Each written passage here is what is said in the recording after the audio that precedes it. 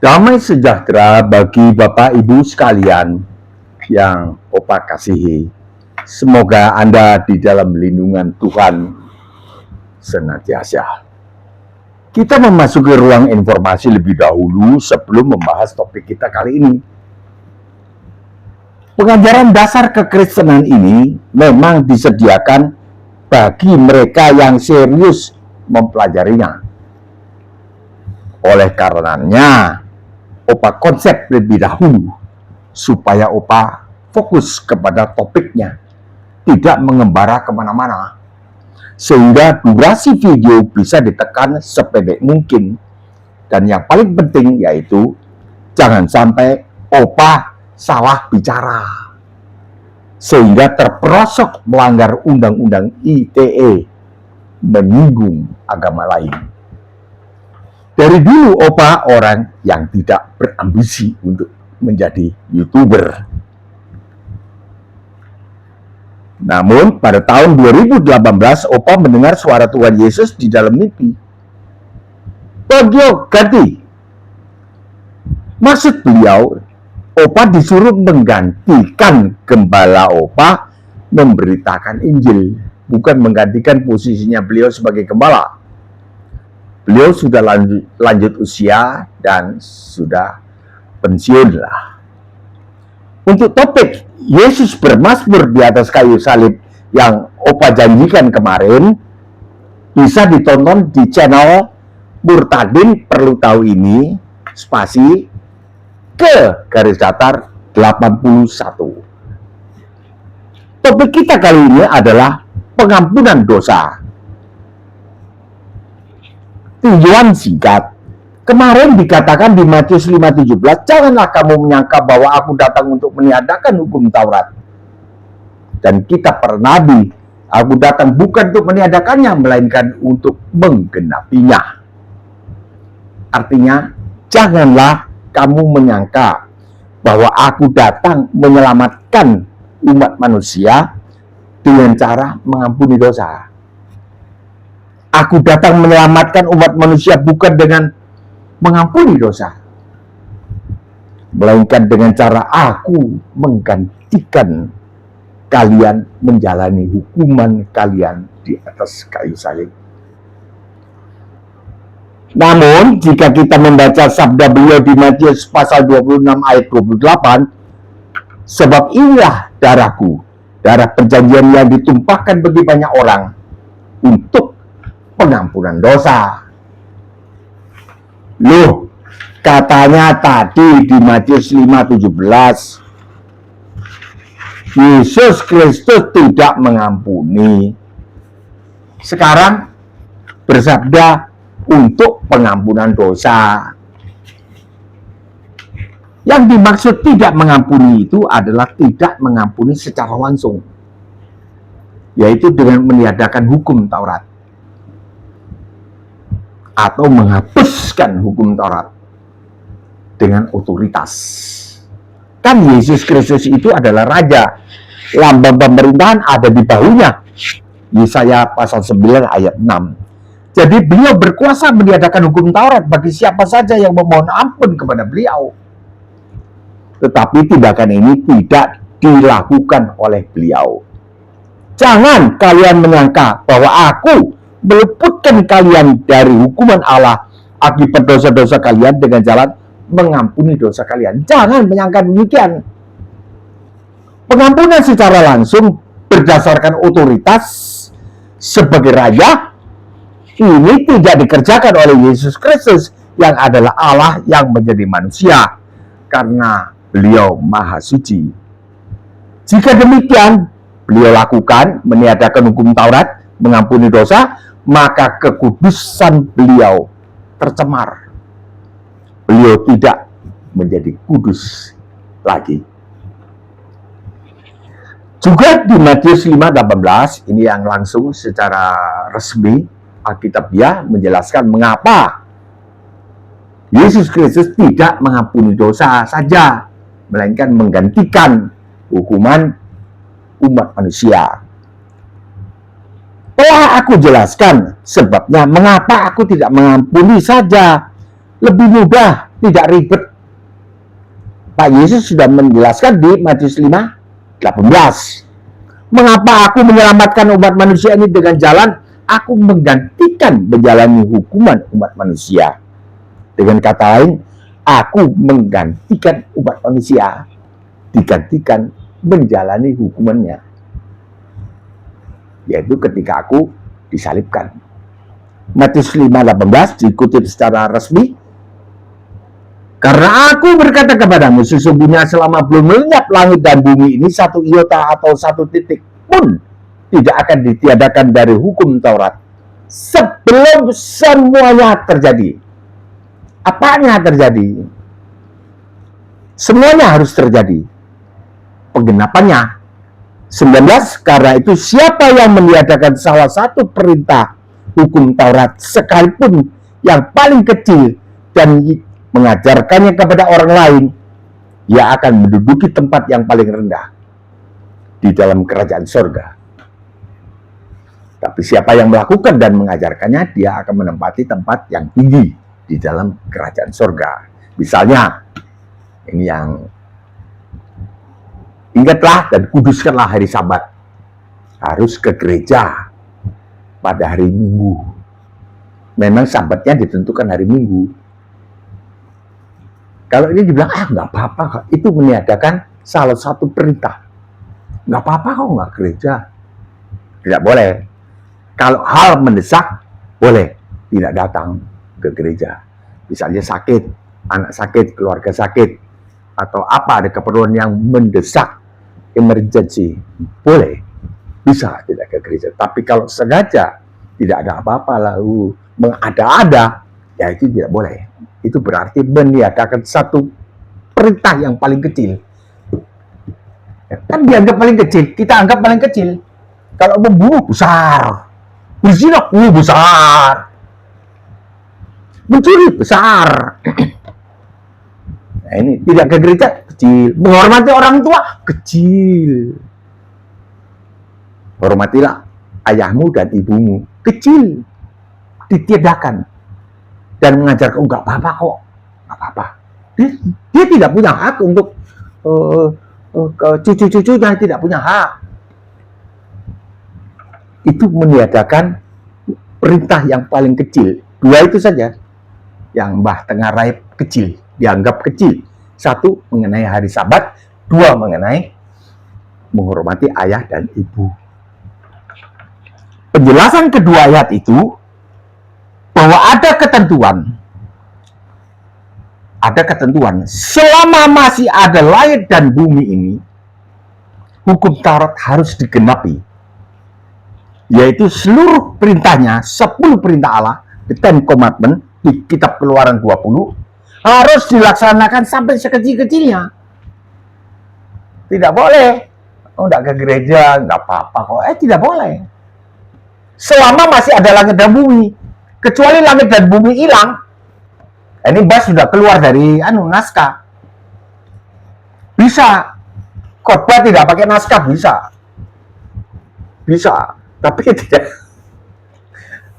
Tadi kemana-mana, terlalu luas. Nantinya. Ini kan masalah mengampuni. Pengampunan. Jadi 10 perintah Allah di kitab Keluaran 20 harus dilaksanakan sampai sekecil-kecilnya. Atau jika gagal, maka hukum Taurat tetap harus digenapi. 10 perintah Allah itu harus digenapi. Kalau gagal, ya tetap hukum Taurat digenapi. Digenapi bagaimana? Yaitu dengan jalan eksekusi hukumannya. Harus dilaksanakan. Roma 8 ayat 3 dan 4. Kita di Indonesia harus menggenapi undang-undang KUHP, Kitab Undang-Undang Hukum Pidana. Tidak boleh mencuri. Tidak mencuri itu menggenapi, tidak mencuri. Menjauhi larangannya, tidak mencuri. Tapi orang kalau ayam tetangga dicekik sama dicuri, dipotong,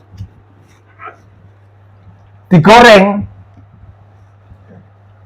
dia melanggar, gagal menggenapi hukum pidana. Dia harus menggenapi, tetap harus menggenapi hukum pidana itu. Yaitu di mana? Masuk terunggu, masuk penjara. Itu menggenapi undang-undang. Melakukan perintah atau menjauhi larangannya, atau menjalani hukumannya. Sudah, Mbak kembali ke sini. Mbak ini suka kemana-mana memang, mengembara. Manusia telah gagal melakukan perintah, namun tetap harus menggenapi hukuman, menggenapi hukum Taurat dengan menjalani eksekusi hukumannya. Telah kukatakan, ini di Matius 5:17, bahwa aku datang ke dunia untuk menggenapi hukum Taurat. Tentunya aku menggenapi hukum Taurat bagi umat manusia yang telah gagal melakukan perintah. Untung Yesus Kristus Anak Allah datang untuk menggenapi tuntutannya hukum Taurat, hukumannya itu. Sehingga umat manusia harus menjalani hukuman yang dituntut hukum Taurat di neraka. Umat manusia gagal harus melakukan hukumannya, menjalani hukuman yang dituntut hukum Taurat di neraka.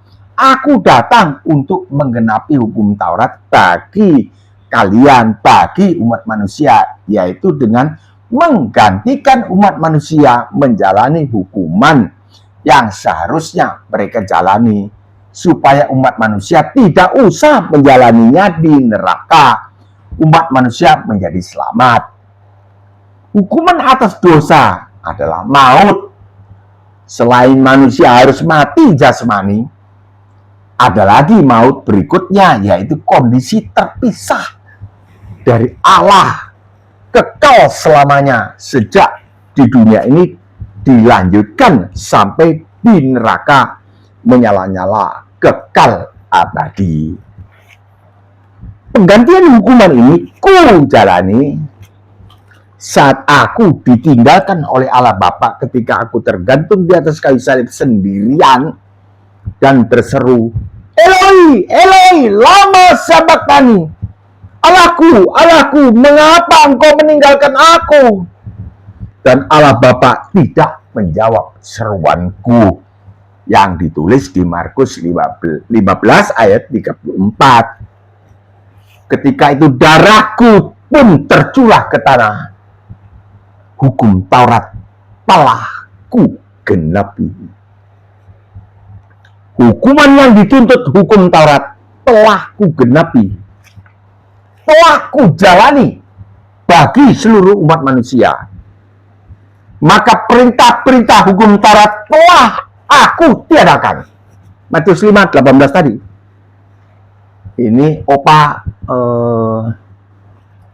jelaskan secara dramatisir ya. Perintah-perintah hukum Taurat tadi telah aku tiadakan. 10 perintah hukum Taurat telah aku tiadakan. Aku hapuskan.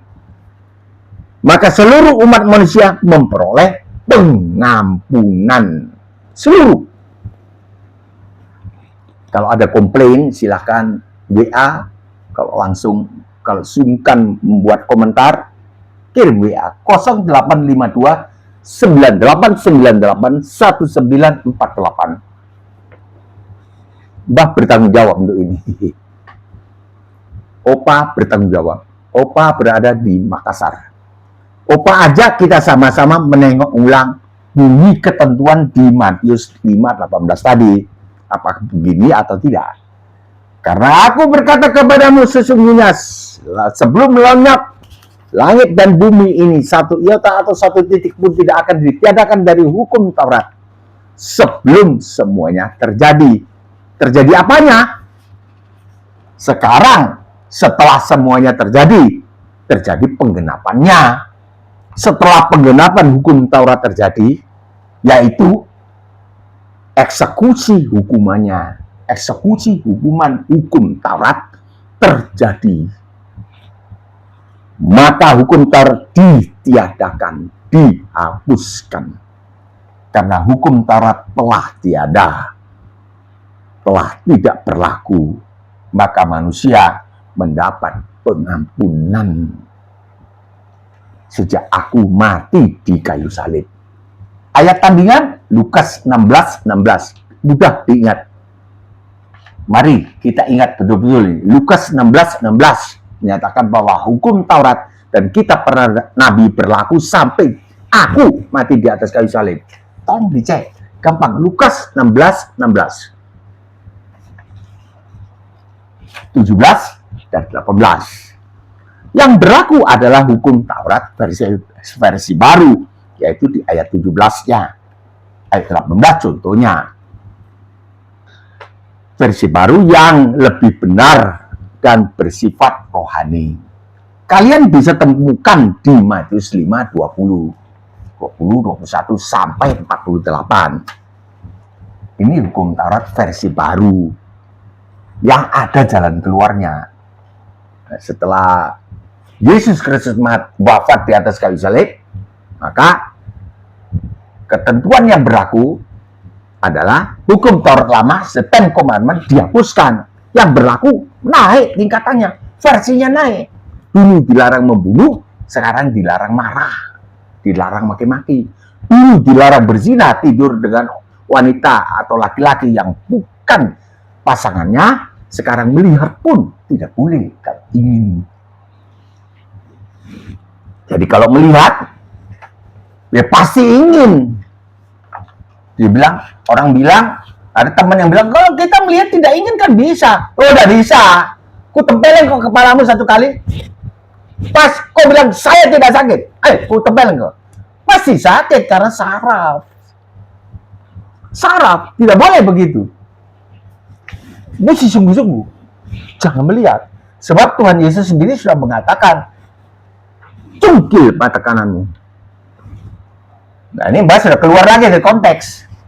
Bisa khotbah tanpa naskah bisa. Tapi kemana-mana jadi obrolannya terlalu panjang. Tidak fokus. Jadi bisa cungkil mata kananmu. Lebih baik kau punya satu mata, tapi masuk dalam kerajaan surga, daripada kau dua mata, lalu masuk neraka. Jadi kalau melihat, lalu ingin, diteruskan, masuk neraka. Cungkil mata kananmu. Kalau yang melihat, wanita itu kan dua-dua Tuhan, bukan satu Tuhan. Cungkil dua-dua. Artinya jangan melihat terus. Lihatlah salibnya beliau. Yang berlaku adalah hukum Taurat versi baru yang lebih benar dan bersifat rohani. Kalian bisa temukan di Matius 5:20 sampai 48. Mbak buru-buru jadinya. Sejak aku mencurahkan darahku yang maha suci, darah beliau darah maha suci, sebab bukan terjadi dari benih laki-laki dan perempuan, bukan turunannya Adam. Beliau bukan dijadikan oleh dari tanah. Beliau firman yang menjadi manusia, Allah menjadi manusia.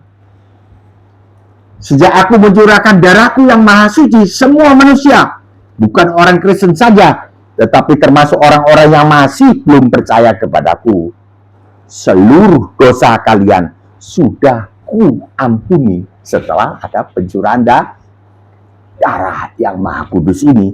Kalian menjadi bukan orang berdosa. Kalian telah menjadi orang benar. Jadi kalau orang Kristen ditanya, apakah Anda orang berdosa? Iya, jangan.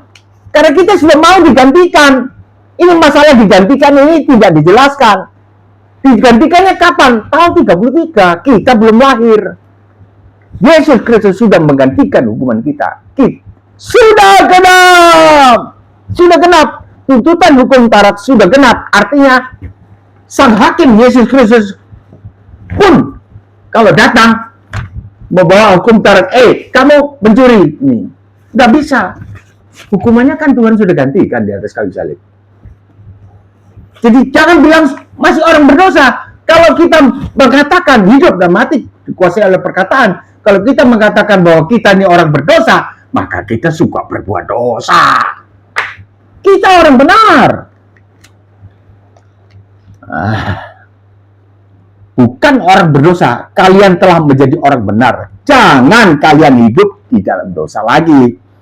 Naskah ini Opa sendiri yang bikin, supaya nggak keluar kemana-mana. Opa ini sukanya ngobrol. Terimalah darahku di dalam hati kalian. Ucapkan iman kalian keluar dari mulut.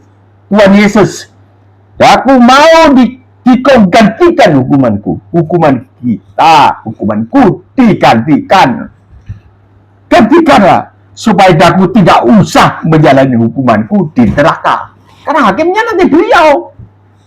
Selamatkan daku. Katakan demikian. Kalian dibaptis, lalu setelah itu kalian baru boleh ikut di dalam perjamuan kudus. Jangan menyambut komuni atau perjamuan kudus sebelum dibaptis. Jangan anggap enteng. Roti secuil, keripik. Apa itu namanya ada? Keripik. Kue kering kecil, tipis. Jangan. Sebab kalau pendeta sudah berdoa, didoakan sama-sama. Itu sakral. Tubuhnya Tuhan Yesus.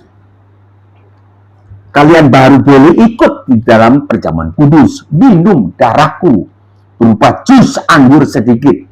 Dulu waktu gerejanya Mbak masih baru mulai, miskin sekali, pakai sirup, tidak apa-apa, hanya simbol. Simbol saja. Dan belum ada anggur seperti sekarang dijual di mana-mana di toko buku Kristen apa. Belum ada. Pakai sirup. Rotinya roti tawar dipotong. Padahal rotinya kalau menurut syaratnya tidak beragi. Roti tawar beli di toko, potong-potong, tidak apa-apa. Simbolik. Karena inilah simbol darahku yang dicurahkan bagi kalian untuk pengampunan dosa. Jadi jangan dalam keadaan berdosa lalu menyambut tubuh Kristus. Pastor taruh tubuh Kristus, amin. Dalam keadaan berdosa, menelan dosanya sendiri. Jangan. Mau denominasi Anda orang Katolik atau Protestan, Pentakosta, jangan terima tubuh Kristus di dalam keadaan berdosa. Yang menguduskan kita, yang mengampuni kita adalah iman. Beriman kepada salibnya Tuhan Yesus. Saya digantikan. Saya bukan orang berdosa.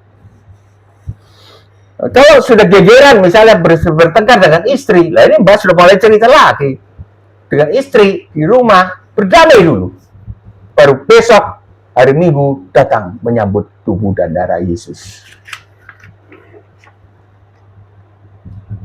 Jadi bukan saat kita menyambut tubuh dan darah Yesus kita diampuni, bukan, itu salah.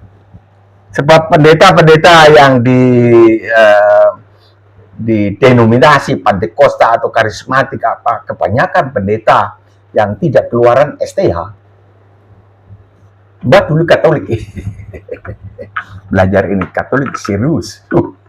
Dahsyat. Tubuh Kristus gak berani sambut, gak berani maju. Ya kalau pengakuan dosanya ya hari Sabtunya ya itu Mbak tidak lakukan, Mbak langsung kepada Tuhan Yesus. Dulu di Katolik harus datang ke pengakuan dosa itu hari Sabtu, hari Minggu baru terima komuni. Prinsipnya yaitu jangan di dalam keadaan berdosa lalu menyambut tubuh dan darah Yesus. Matius 26 ayat 26. Dan ketika mereka sedang makan, ini Mbak ulangi, Yesus mengambil roti, mengucap berkat, memecah-mecahkannya. Dulu begitu, sekarang langsung dibagi-bagi rotinya. Ya praktikal lah. Lalu memberikannya kepada murid-murid, dipecah. Satu begini, ada gereja yang mempraktikkan begini, di Makassar juga ada, Jalan Sumba. Pecah berat, lalu dibagi. Orang ambil satu-satu. Cawannya enggak. Dulu cawannya satu, dikelilingkan. Dulu zamannya murid-murid. Di Katolik tidak ada. Pastor saja minum anggurnya. Jemaat tidak. Dengan alasan kalau ya di dalam tubuhnya Yesus kan sudah ada darahnya. Nah, itu kan tidak jujur. Kalau Opa dulu bantah lagi bisa. Kenapa Anda pastor minum anggurnya. Kan di dalam tubuhnya Yesus kan sudah ada darahnya. Kenapa Anda mesti tambah anggur? Berarti tubuhnya Yesus itu tidak ada darahnya. Opa tidak berani berdebat itu karena nanti nggak dapat surat baptis. Mudah-mudahan Opa tidak menista agama Katolik ya. Tidak.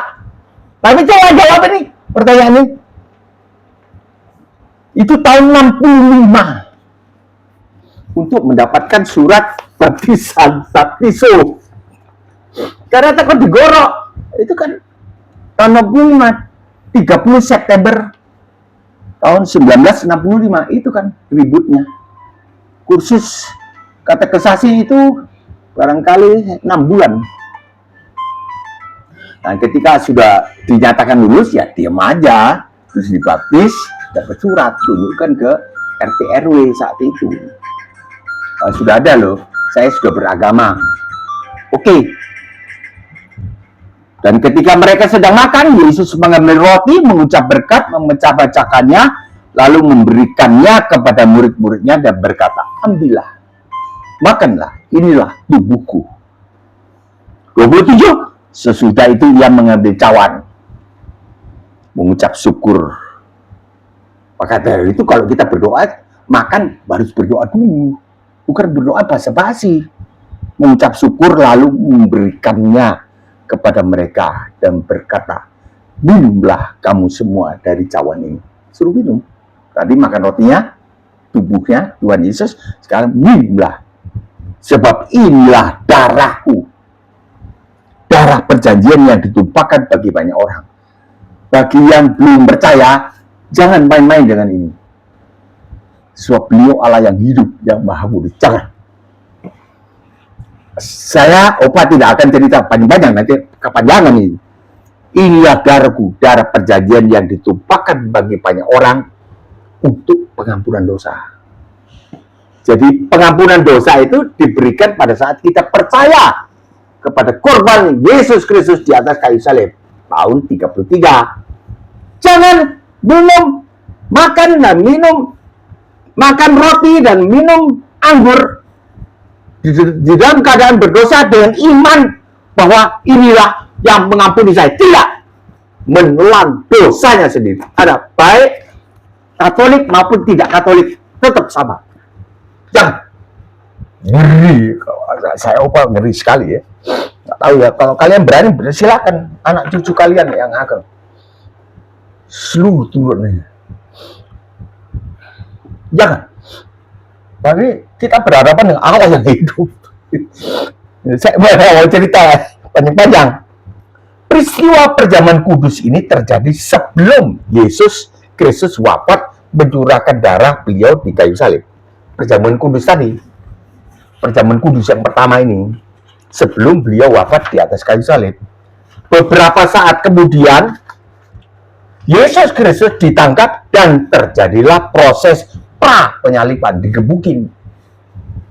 Sampai pada penyaliban dan penumpahan darah yang maha suci. Itu.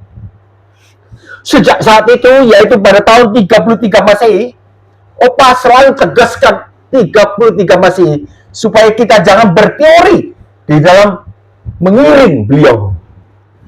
Fakta, ini bukan agama Kristen, melainkan fakta bahwa Allah menjadi manusia itu tahun 1. Kita sekarang tahun 2025. Awalnya itu tahun 1, ya more or less. Bisa meleset-meleset pada saatnya belum ada kalender. Tidak akan meleset 1000 tahun. Kalau tidak mau percaya, sudah lupakan Yesus Kristus. Sejak saat itu, yaitu pada tahun 33 Masehi, semua manusia mendapat pengampunan dosa. Sudah diampuni. Semua manusia. Sekarang, inilah Injil. Inilah, kalau orang Kristen sendiri tidak tahu ini, bagaimana bisa menginjil? Memberitakan ini. Yesus Kristus mati di atas kayu salib untuk semua orang. Pada waktu wafat di atas kayu salib itu, beliau berseru, sudah genap. Apa yang sudah genap? Tuntutan hukum Taurat sudah kugenapi. Roma 8 ayat 3 dan 4. Allah menjatuhkan hukuman atas dosa di dalam daging Yesus Kristus yang tidak berdosa. 4. Supaya tuntutan hukum Taurat digenapi di dalam kita, di dalam umat manusia. Hukum Taurat tuntutannya digenapi. Aku sudah tidak dihukum lagi. Kalau ada algojo, kalau kita mau berdoa malam-malam terus kemudian disodori setan, algojonya setan, kau tadi berbuat begini, pakai hukum Taurat. Dijawab, kita jawab. Kau tidak tahu? Sudah, itu imam besar. Opa berinding semua. Itu imam besar kita yang kita adalah imam besar yang dapat turut merasakan kelemahanku. Aku sudah minta ampun sama istriku tadi. Aku bentak dia. Tidak bisa. Hukumannya sudah ditanggung oleh Yesus Kristus. Itu korbannya beliau di atas kayu salib. Ya, kau. Diusir. Kita kemudian berdoa lagi. Jangan terus, iya, kita ikuti setan. Jangan, tolak. Ibrani 4 ayat 15. Mana mau kemana-mana ini jadi nggak keruan jadinya. Sejak saat itu, yaitu pada tahun 33 Masehi, semua manusia mendapat pengampunan dosa. Sudah. Jadi saya bilang, saya orang berdosa, suka berdoain dosa. Jangan. Semua bilang, iya saya mau. Nah kalau yang tidak mau itu dia binasa. Barang siapa percaya, dia beroleh. Tidak binasa, melainkan beroleh hidup yang kekal. Tidak binasa. Binasa itu di sini, di dunia ini mulainya. Sampai terus langsung ke neraka. Semua manusia mendapat pengampunan dosa yang dia lakukan di masa lalu. Setelah ini, besok, insya Allah, Mbah akan khotbah. Ya, saya tegaskan aja khotbah lah. Katanya, kalau bukan STH, nggak boleh bilang khotbah. Saya bilang tidak. Ini khotbah. Ya, masa, ya ceramah lah. Atau masa dongeng. Bukan. Khotbah. Semua manusia mendapat pengampunan dosa yang telah dia lakukan di masa lalu. Besok, Mbak akan bicara mengenai dosa masa lalu, bagaimana diampuni, kan? Dosa masa lalu diampuni setelah pencurahan darah, bukan diampuni secara langsung, bukan. Seperti di agama lain kan pengampunan langsung, tidak ada sistem kurban begini. Saya tidak menista agama lain nih. Tidak. Dosa masa sekarang bagaimana? Dosa yang akan datang bagaimana? Ada yang dokter yang mengatakan dosa dulu, masa lalu, dosa sekarang, yang akan datang semua sudah ditanggung. Menurut Mbak, salah. Menurut Opa, salah. Salah. Kalau dosa yang akan datang sudah ditanggung, berarti kita akan dengan sengaja berani melakukan dosa sengaja yang tidak ada ampun. Ibrani 6. Tidak bisa. Ini besok, konsumsi besok. Dosa masa lalu yang dia lakukan sejak saat manusia itu sejak saat itu, waktu dia mengucap saya mau digantikan, maka dia berstatus orang benar. Orang benarnya itu sudah tidak berlaku. Waktu beliau mengatakan sudah genap, maka semua orang menjadi orang benar. Tapi kalau orang yang belum ngaku, dia belum orang benar. Faktanya kan gitu. Itu yang disebut beriman. Bukan orang berdosa lagi. Dan dia, orang itu memiliki kesempatan membaharui jalan hidupnya selaku orang benar. Roma 5:19, ini ayatnya. Jadi sama seperti oleh ketidaktaatan satu orang, Adam tidak taat, semua orang telah menjadi orang berdosa. Demikian pula oleh ketaatan satu orang, Pak Yesus. Opa tegaskan Pak dan Tuhan Yesus. Bedakan. Pak Yesus itu yang mati di atas, wafat di atas kayu salib itu Tuhan yang menampil sebagai manusia. Manusianya itu. Di dalamnya tetap Tuhan. Cuma nampilannya saja. Tak mungkin Tuhan menebus manusia, tidak. Mesti manusia menebus manusia. Menggantikan manusia. Semua orang telah menjadi orang berdosa setelah Adam. Demikian pula oleh ketaatan satu orang, Pak Yesus yang tidak berdosa, rela menyerahkan nyawa bagi orang berdosa, maka semua orang menjadi orang benar. Mesti diulangi, kalau nggak diulang nggak enak. Katanya jangan diulang-ulang, terlalu panjang. Nggak bisa, mesti diulang. Ini ada beberapa komentar keberatan. Terlalu panjang, diulang-ulang lagi. Tidak, kalau tidak diulang pasti lewat, masuk sini, keluar sini. Roma 5:19, jadi sama seperti oleh ketidaktaatan satu orang, Adam, semua orang telah menjadi orang berdosa. Demikian pula oleh ketaatan satu orang, Pak Yesus, yang tidak berdosa, rela menyerahkan nyawa bagi orang berdosa, maka semua orang menjadi orang benar. Mengapa pengampunan harus didahului pencurahan darah yang maha suci ini? Mengapa? Sebab ada ketentuan hukum Taurat. Nah, ini ada ketentuannya. Kita tak bisa bilang, ketentuannya buang saja. Ya nggak tahu, lu jadi Tuhan aja. Ibrani 9:22, dan hampir segala sesuatu disucikan menurut hukum Taurat dengan darah, dan tanpa darah tidak ada pengampunan. Ada ayatnya barangkali, tapi Opa ingat bahwa gembalanya Opa mengatakan bahwa di dalam darah ada jiwa di situ. Maka dari itu kita tidak boleh makan darah berkenaan dengan ini. Kalau di Jawa, di Surabaya disebut didek, darah ayam ditampung di pasu, kemudian dikukus, disongkoloki. Kalau Makassar dikukus, di steam, baru digoreng, makan dengan lombok kecil, enak. Tapi setelah mengetahui ini, Opa tidak mau makan itu. Ada jiwa di dalamnya. Kesimpulan bahasan kita kepada orang Kristen yang belum tahu kebenaran ini, bahwa pencurahan darah ada pengampunan. Camkanlah bahwa kalian selamat bukan oleh sebab kalian diampuni, bukan diampuni dengan otoritas. Ya udah, gua ampuni lu. Itu dengan otoritas. Itu terjadi di Yohanes 8 ketika perempuan yang kedapatan berbuat zina. Loh, Opa sudah pelenceng lagi. Banyak sekali. Jadi yang mana ini mesti digaris. Kalau tidak digaris, Opa kemana-mana ceritanya. Bisa cerita ya 7 hari 7 malam lah, pokoknya boleh makan, minum, terus ke toilet. Bisa cerita terus.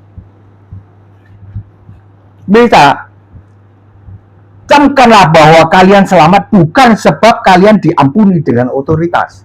Ya udah, gua ampuni. Melainkan hukuman kalian yang digantikan. Coba tolong yang Bapak Ibu Saudara yang sudah Kristen, sudah ke gereja, tolonglah tanya kepada pendetanya. Saya ini selamat karena apa? Yesus itu bikin apa? Sudah telanjang lagi di atas kayu salib. Iya, mati di atas kayu salib. Ya mati untuk apa? Mati kok saya selamat? Mati. Ya tapi dia mati terus bangkit lagi. 3 hari bangkit kan. Ya udahlah, matilah, bangkitlah. Apa urusannya dengan saya? Tanya. Nah, kalau yang sudah mengikuti ini, karena ini sudah bertahun-tahun ya, Opa unggah di channel itu, Murtadin Perlu Tahu ini, sudah bertahun-tahun, berkali-kali ini topik ini saja. Ini baru fondasinya. Belum meningkat lagi sampai ke atas. Nah, sekarang yang dicerita oleh para pendeta, para gembala, itu yang di atas, yang cantik-cantik. Yesus itu baik. Yesus itu baik. Begini apa? Ini yang dasar ini loh. Selamat karena apa? Kemarin Opa ketemu dengan orang yang stroke ya. Sudah stroke, tapi masih bisa mengemudi mobil. Stroke sebetulnya tidak terlalu berat. Tidak terlalu berat. Masih bisa umurnya 80. Lebih tua dari Opa. Apakah Anda siap mati? Diam. Anda tidak siap. Karena tidak tahu. Selamatnya bagaimana? Pokoknya aku ke gereja. Coba tolong tanya ke Anu, baru kirim WA ke Opa 0852 9898 1948. Sampai sekarang belum ada satu orang pun yang menulis. Mbak berani yakinkan bahwa ini benar. Sampai nggak ada orang kirim WA. Kalau sesat, pasti Mbak digempur. Ya.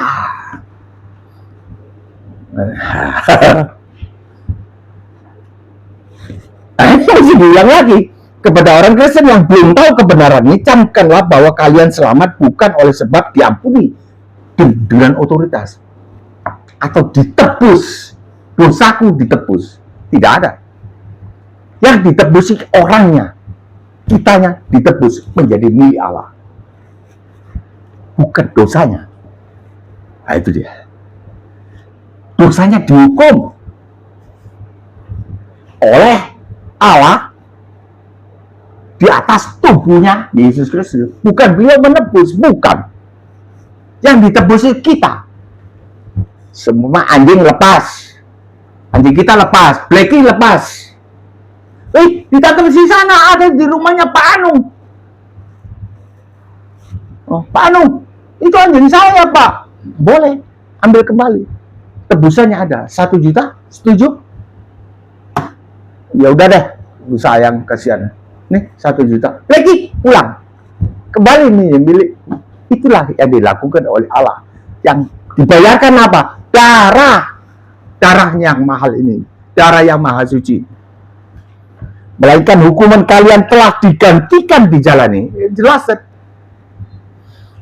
Makanya sampai Opa bilang, kalau ada yang komplain, tolong telepon. Yang komentar pun terlalu sedikit. Kasih koreksi yang keras. Atau apresiasi. Begini.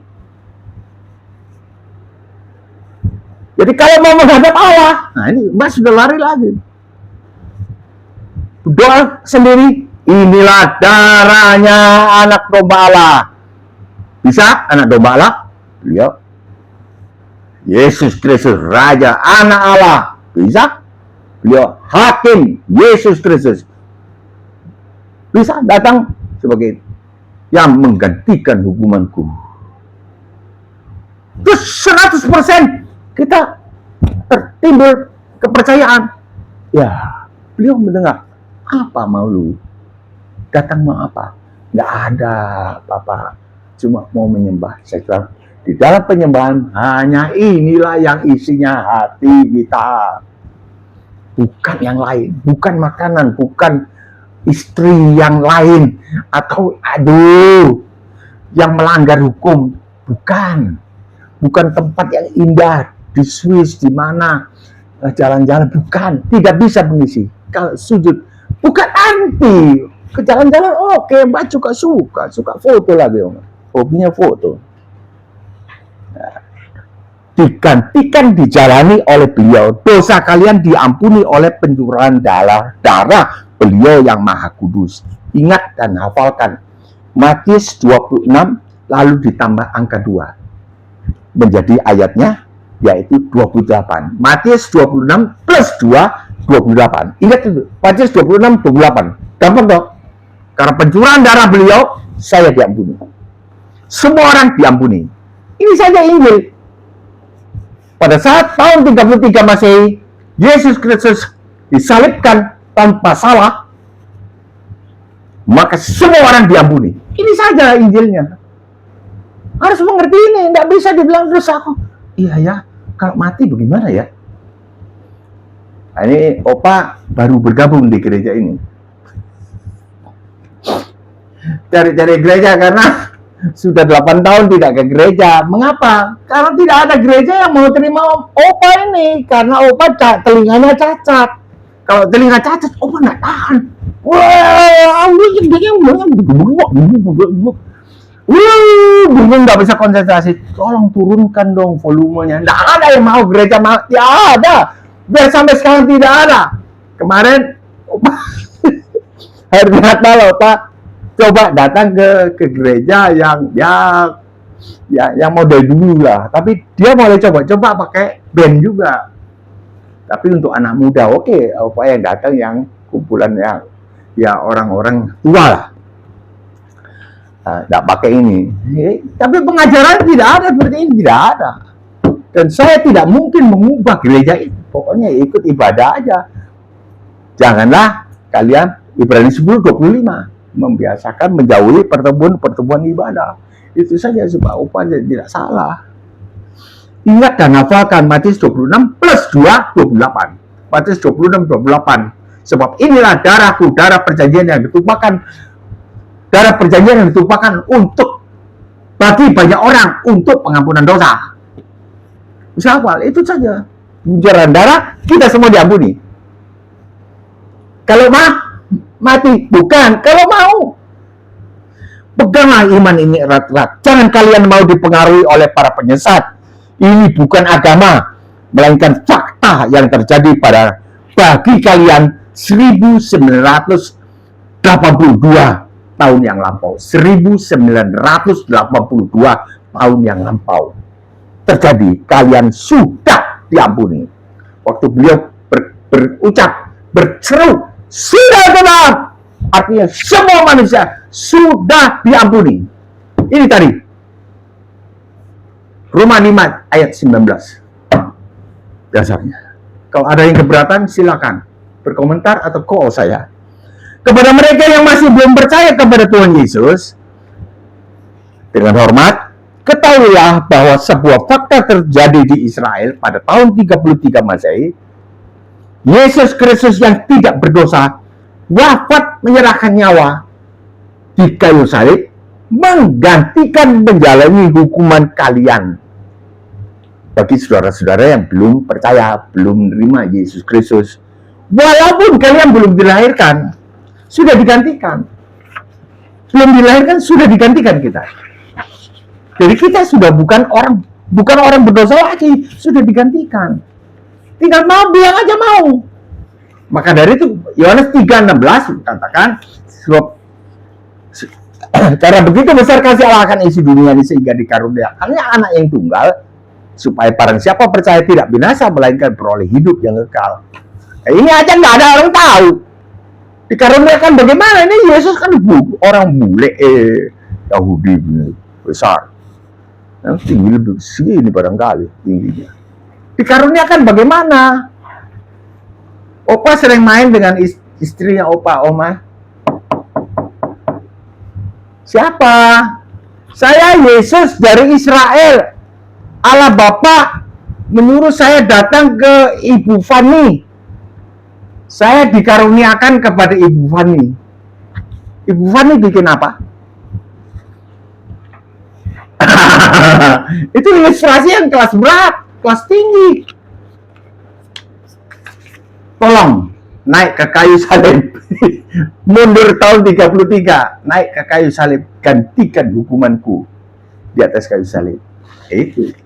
Nggak bisa dikaruniakan bagaimana? Itu jawabnya di bawah Yohanes 3:17. Sebab Allah mengutus anaknya ke dalam dunia bukan untuk menghakimi, melainkan untuk menyelamatkannya oleh dia, oleh aku. Nah, itu oleh aku bagaimana? Ya menggantikan itu. Dikaruniakan bagaimana? Jadi jangan tidak tahu. Ketika Yesus Kristus wafat mencurahkan darahnya yang maha suci di atas kayu salib, kalian, ini yang belum percaya, telah diampuni dari hukuman karena dosa kalian yang kalian lakukan di masa lalu, dan kalian telah menjadi orang benar padahal kalian belum dilahirkan toh. Namun ketika kalian membuka hati dan menyatakan saya mau hukuman saya digantikan oleh Yesus Kristus, pada saat inilah kuasa darah Yesus Kristus, kuasanya mengampuni seluruh dosa masa lalu, bukan masa yang akan datang. Kesempatan kalian adalah sekarang, segera setelah selesai menonton video ini. Hidup kita semua tidak menentu. Bukan orang yang lanjut usia atau orang yang sakit keras saja yang bisa sewaktu-waktu meninggal dunia. Tetapi semua orang muda dan sehat sewaktu-waktu bisa meninggal dunia dengan cara yang tidak kita sangkakan.